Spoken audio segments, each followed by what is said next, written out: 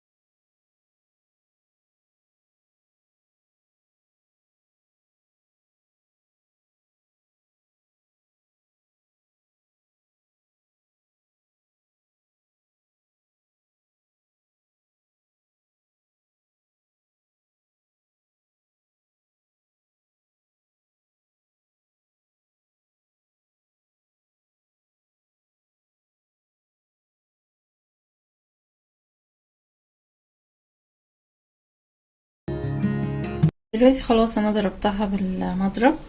انا معايا هنا صينيه مدهونه سمنه وعليها دقيق هفضيه. ده كيك الفانيليا الاولاني اللي هنعملها.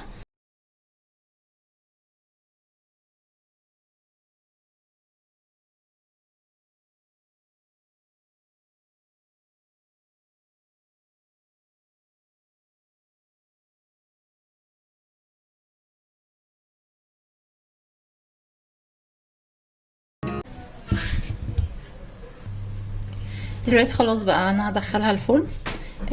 مش هفتح عليها قبل ما يعدي نص ساعة. هحطها على درجة حرارة متوسطة، وزي ما قلت انا مسخنة الفرن قبل ما ابتدي اشتغل فيها. ولعته على نار هادية عشان يسخن معايا.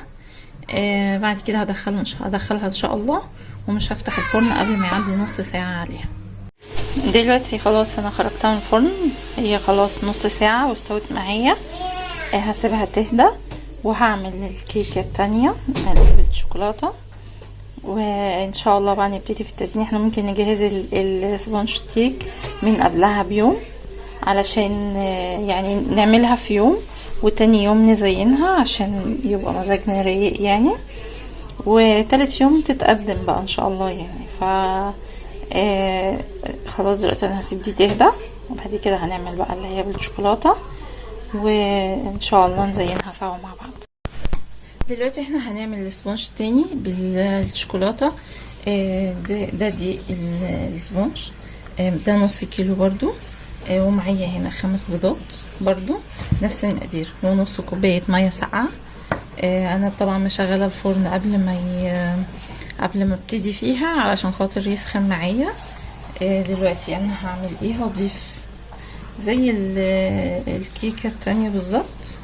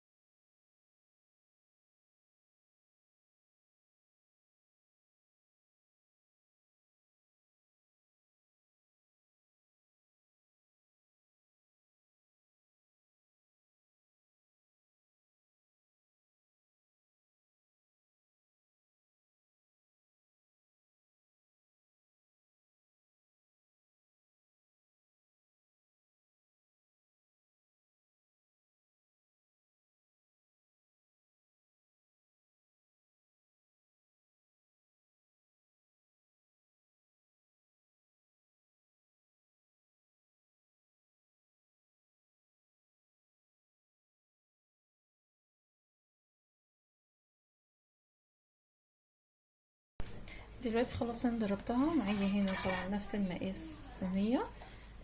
دهني سمنه ودقيق. هفضيها بسم الله الرحمن الرحيم.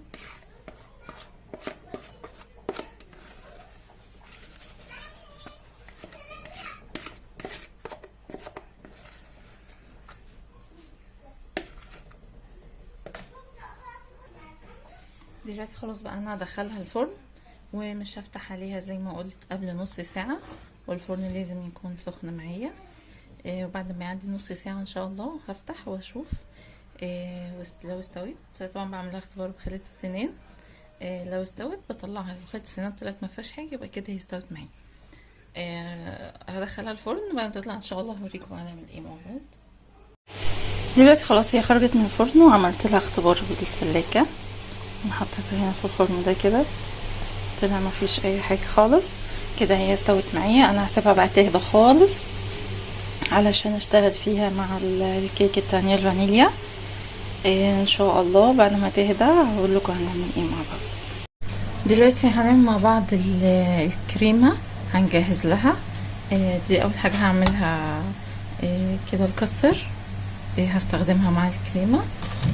هقول لكم المقادير. انا معايا هنا كوبايه ونص حليب، ومعايا معلقتين كاستر بودره كبار هضيفهم، ومعايا معلقتين نشا مدوبينهم، نص كوبايه ميه،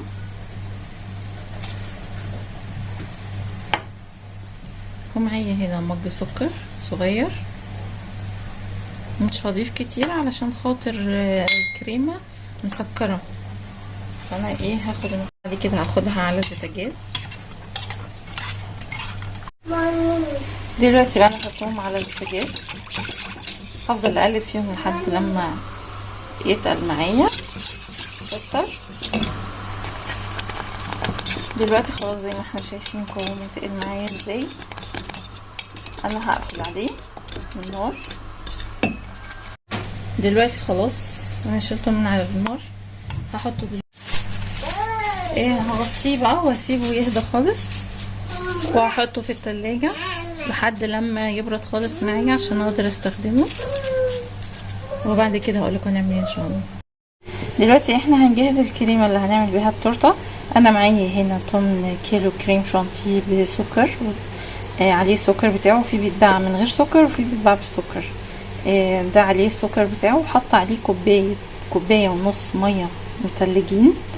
يعني 8 كيلو بياخد كوبايه ونص ميه ساقعه جدا. انا هضربهم بالمضرب الكهربائي دلوقتي.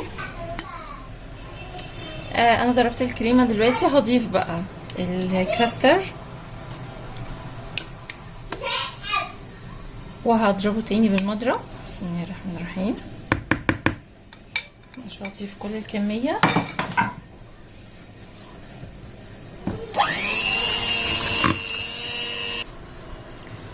هضيف بقى باقي الكميه، هنضيف شويه شويه.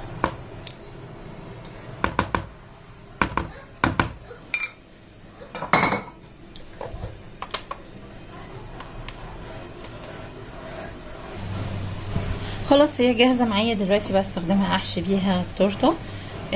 اي نوع بقى احنا حابين نعمله حلو جدا. وكوبايه كريم شانتيه رمت معانا الكميه دي كلها ما شاء الله، وجميله جدا جدا. يا رب يكون عجبكم الفيديو. متنسوش لو عجبكم الفيديو تعملوا شير ولايك واشتراك في القناه. شكرا لكم. دلوقتي خلاص انا قطعت الكيكات الكيكتين، يعني كل واحده طبقتين زي ما احنا شايفين. قطعتها بالسكينه دي المشرشره دي. دلوقتي بقى احنا والكريمه جاهزه معايا. هحط ما بين كل طبقه وطبقه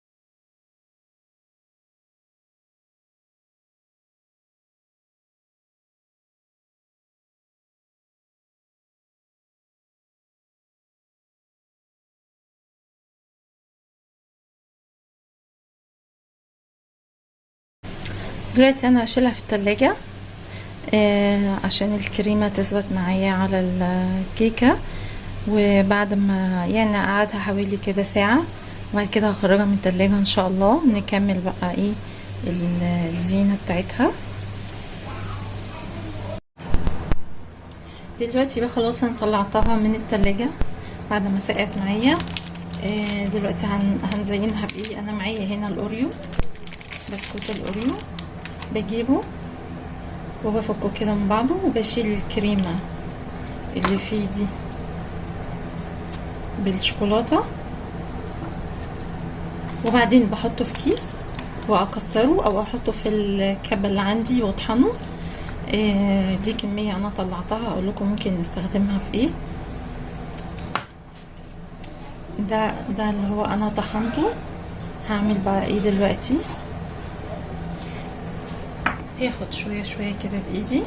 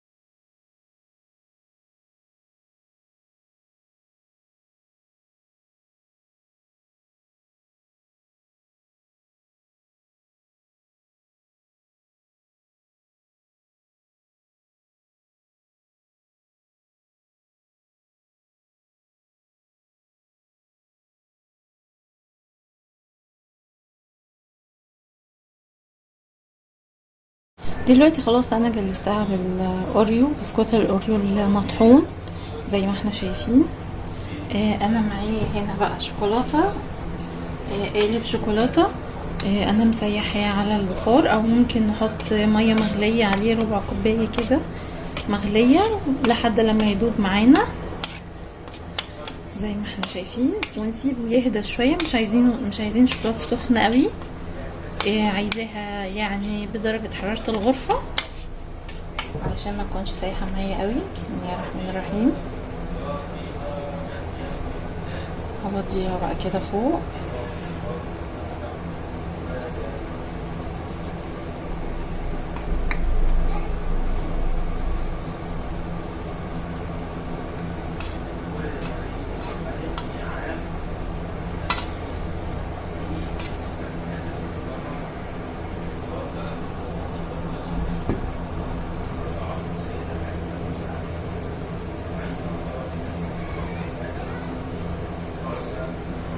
زي ما احنا شايفين كده عملتها من فوق. دلوقتي بقى انا قسمت الاوريو نصين،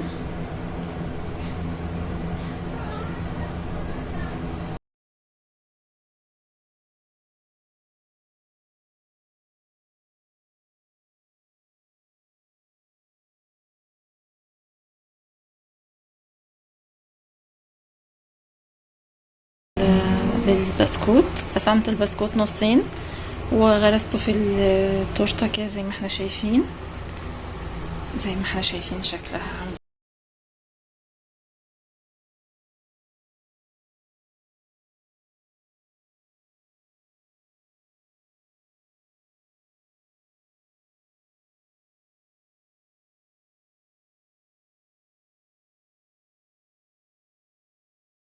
كانت بقى معايا هنا من تزيين التورته باقي الكريمه، ومعايا الكريمه اللي انا طلعتها من بسكوت الاوريو، ومعايا باقي الشوكولاته السايحه. انا هعمل ايديهم على بعض، هنعمل منهم ايس كريم شوكولاته. هقلب المكونات كلها مع بعض كويس.